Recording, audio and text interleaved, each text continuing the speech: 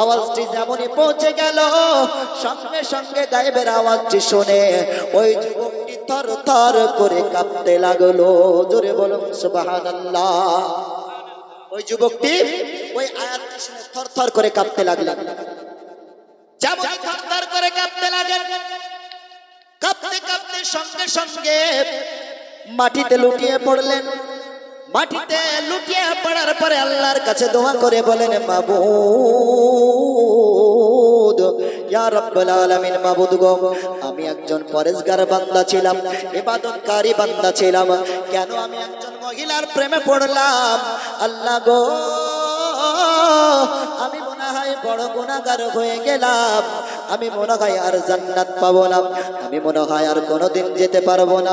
ইয়া রাব্বুল আলামিন, তুমি বলেছো ওয়ালিমান খাফা মাকামা রাব্বিহি জান্নাতান, আল্লাহর সামনে যে দাঁড়াতে ভয় করবে আমি রব্বুল আলামিন তাকে দুইটি জান্নাত দান করব। ইয়া রব্বুল আলামিন, আমি তোমার ভয়ে ওই যুবক, আমি তোমার ভয়ে আল্লাহ গো, তোমার ভয়ে আমি ওই মহিলার কাছ থেকে চলে এসেছি। জোরে বলুন সুবহানাল্লাহ। আপনার ভয়ে ওই মহিলার কাছ থেকে আমি চলে এসেছি। যখন এই কথা বললেন তো সঙ্গে সঙ্গে যুবকটি তার বাবার কাছে বাড়িতে হাজির হয়ে গেল। বাবার কাছে যখন বাড়িতে হাজির হয়ে যায়, ওই সময় বাবাকে জিজ্ঞাসা করছেন, আব্বা জান,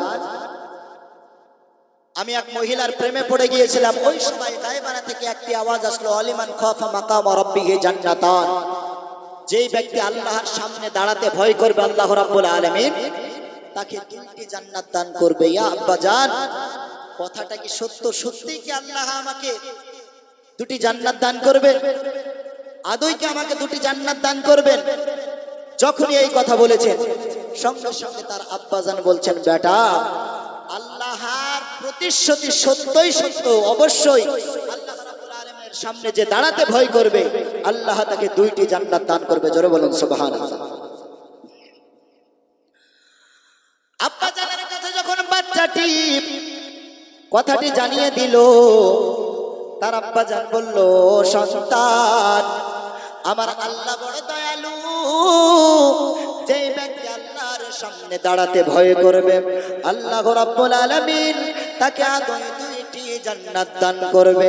বাচ্চাটি যখন এই কথাটি শুনল, শোনার সঙ্গে সঙ্গে এমন একটি চিৎকার দিয়ে উঠলো, চিৎকার দিয়ে এমন বিকট আওয়াজ হলো, ওই আওয়াজে চিরতরের জন্য দুনিয়া ছেড়ে চলে গেল।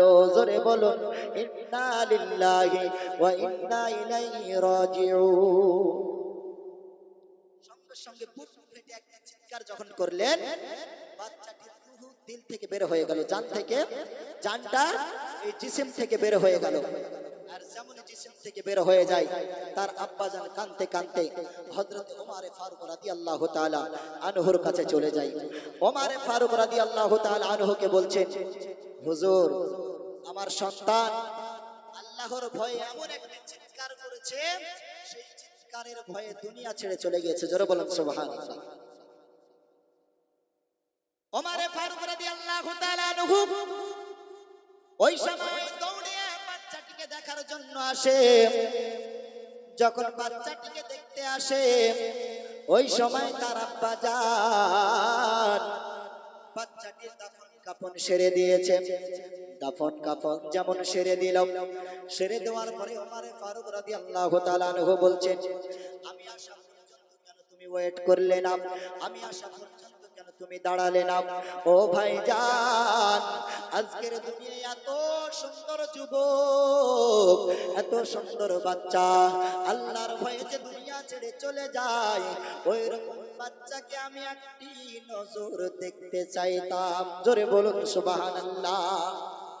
ওমর ফারুক বলছেন, যে ওমর ফারুক 22 লক্ষ বর্গ মাইলের খলিফা ছিলেন, তাকে দেখে কায়সার ও কিসরার বাদশা ভয়ে থরথর করে কাঁপত।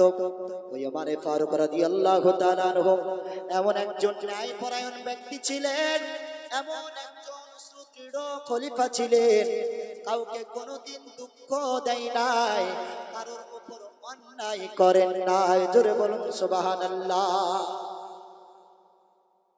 ওই ওমর ফারুক রাদিয়াল্লাহু তাআলা আনহু একদিন তার বন্ধু আসলামকে নিয়ে বের হয়েছেন, রাস্তার দিকে ভ্রমণ করেছেন।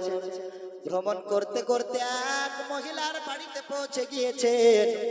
ওমর ফারুক রাদিয়াল্লাহু তাআলা আনহু পৌঁছে যাওয়ার পর ওই মহিলার দেওয়ালের পেছন থেকে কথা শুনছেন।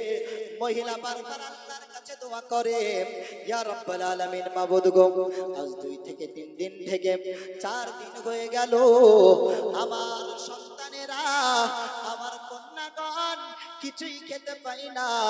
আর আমি শুনেছি এই যুগে একজন খলিফা আছেন যার নাম হলো ওমর ফারুক, যার নাম হলো ওমর ফারুক। ওই ওমর ফারুককে দেখতে পাই না। আমি বড় ক্ষুধার্ত আছি, আমি বড় অসহায়। কেমন খলিফা যে আমার কোনো কিছুই করতে পারে না, কেমন একজন খলিফা।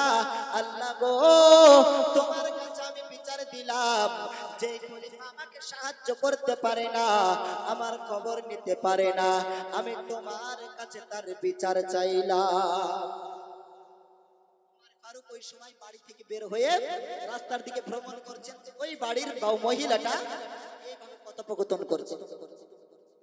ওমর ফারুক রাদিয়াল্লাহু তাআলা আনহু শুনে নিলেন। শুনে নেওয়ার পরে তার খাদিম আসলামকে নিয়ে ঘরের মধ্যে প্রবেশ করলেন। কি করলেন? ঘরের মধ্যে প্রবেশ করলেন। আর ঘরের মধ্যে যেমনই প্রবেশ করেছেন, তিনারা বুরখা আবৃত হয়ে গিয়েছেন, পর্দা নিয়ে নিয়েছেন। পর্দা নেওয়ার পরে বলছেন, আপনি কে? তখন বলছেন, আমি একজন জনৈক ব্যক্তি, একজন গোলাম। কে বলছেন? ওমর ফারুক, যিনি 2 নম্বর খলিফা, তিনি বলছেন, আমি একজন গোলাম। বিবি, আপনার কি অসুবিধা হয়েছে বলুন। ওমর ফারুক যখন এই কথা বলে, বিবি বলছেন, যেই যুগে একজন খলিফা রয়েছে যার নাম হলো ওমর ফারুক, ও ভাই কি বলবো, আজ 2 থেকে 3 দিন থেকে আমার কন্যা সন্তানেরা না খেয়ে রয়েছে। তাদেরকে প্রত্যেক দিনের তরে আমি সান্ত্বনা দিই। ওই বাবা, ও আমার ভাই, তাদেরকে আমি কি বলে সান্ত্বনা দিই? উনুনের মধ্যে হাঁড়িটা দিই আর পানি দিই। পানি দেওয়ার পরে বারবার বলতে থাকি, ও বাচ্চারা, ও আমার কন্যারা, শোনো শোনো, কিছুক্ষণ পরে খাবার তৈরি হয়ে যাবে। বারংবার তাদেরকে বোঝাইতে থাকি। আজ 3 দিন হয়ে গেল, আমার হাঁড়িতে পানি ছাড়া কিছু নাই। ওমর ফারুক রাদিয়াল্লাহু তাআলা আনহু সঙ্গে সঙ্গে চোখের অশ্রু বয়ে গেল। চোখ দিয়ে টস টস টস টস করে পানি ঝরছে। যখন পানি ঝরে, ওমর ফারুক তার খাদিম আসলামকে বললেন, ও খাদিম, যাও যাও, আমি তাদের কন্যাদেরকে খাওয়াবো। তুমি রাজ্য কোষাগার থেকে খাজনা নিয়ে চলে আসো, খাদ্য খাবার ময়দা নিয়ে চলে আসো। সঙ্গে সঙ্গে ওমর ফারুক রাদিয়াল্লাহু তাআলা আনহুর কথাই ওই খাদিম আসলাম সব কিছু নিয়ে চলে আসলেন। ওমর ফারুক রাদিয়াল্লাহু তাআলা আনহু তাদেরকে নিজে হাতে রুটি তৈরি করলেন, নিজে হাতে ভুনা গোশত তৈরি করলেন। ভুনা গোশত তৈরি করার পর ওই কন্যা দ্বয়কে খাওয়ালেন এবং ওই মহিলাকে খাওয়ালেন। জোরে বলুন সুবহানাল্লাহ। কন্যাদেরকে খাওয়ালেন আর ওই মহিলাকে খাওয়ালেন। খাওয়ানোর পরে বলছেন, বিবিরে, একটা কথা বলবো। ও বিবি, একটা কথা বলবো। আমি গোলাম, তোমার কাছে একটি আবেদন করি, 2টি হাত জড়ো করে বলি, তুমি ওমর ফারুককে এর জন্য কাল কিয়ামতের ময়দানে ধরো না, ওমর ফারুককে তুমি মাফ করে দাও। জোরে বলুন সুবহানাল্লাহ।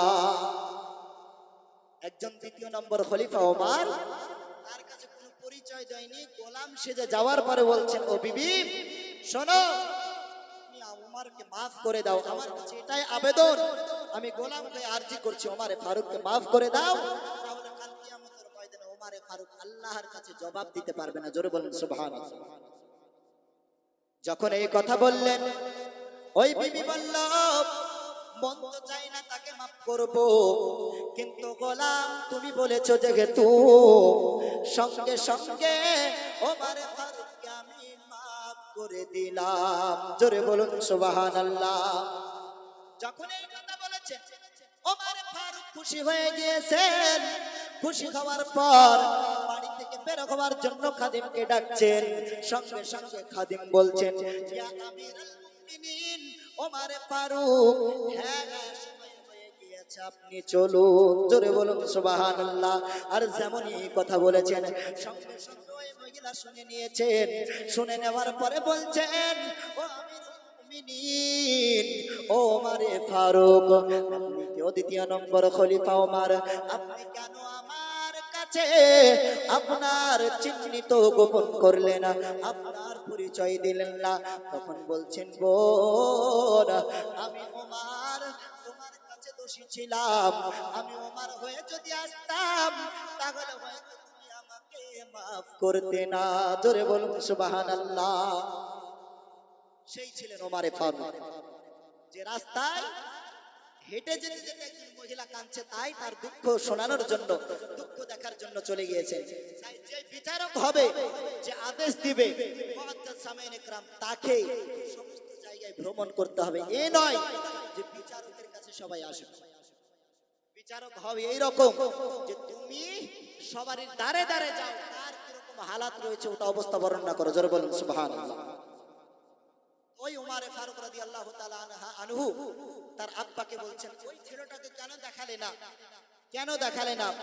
যদি দেখাতে তাহলে হয়তো আমার মনটা ভালো হতো। ওমর ফারুক রাদিয়াল্লাহু তাআলা আনহু বলছেন, যেহেতু দেখালে না, তার কবরস্থান কোথায় আছে বলো। সঙ্গে সঙ্গে ওমর ফারুক রাদিয়াল্লাহু তাআলা আনহু কবরস্থানে চলে গেলেন। কবরস্থানে যাওয়ার পরে ওই ব্যক্তিকে বলছেন, ওই নওজওয়ান যুবককে বলছেন, ওরে যুবক, তুই কত বড় ভাগ্যবান, তুই কত বড় ভাগ্যবান, তোর মতন ভাগ্যবান এই দুনিয়াতে নাই। তুই আল্লাহর ভয়ে এই দুনিয়া ছেড়ে চলে গিয়েছিস রে যুবক। অবশ্যই আল্লাহর প্রতিশ্রুতি সত্য, ওয়ালিমান খাফা মাকামা রাব্বিহি জান্নাতান, অবশ্যই আল্লাহ মনে হয় তোমাকে এই কবরের মধ্যেই 2টি জান্নাত দান করেছে। জোরে বলুন সুবহানাল্লাহ। যেমন এই কথা বলেছেন, সঙ্গে সঙ্গে কবরের মধ্যে থেকে আওয়াজ আসছে। কবরের মধ্যে থেকে এমন আওয়াজ আসছে, বলছেন, ইয়া আমিরুল মুমিনিন ওমর ফারুক, নিশ্চয় আল্লাহর প্রতিশ্রুতি সত্য, আল্লাহ যেটা বলেন সেটাই করেন। অবশ্যই আল্লাহ আমাকে 2টি জান্নাত দিয়েছে। জোরে বলুন সুবহানাল্লাহ। আল্লাহুম্মা সাল্লি আলা সাইয়্যিদিনা ওয়া আলা আলি সাইয়্যিদিনা মাওলানা, পড়ুন, সাল্লি আলা মুহাম্মাদিন সাল্লি আলা মুহাম্মদ, হরদম জবান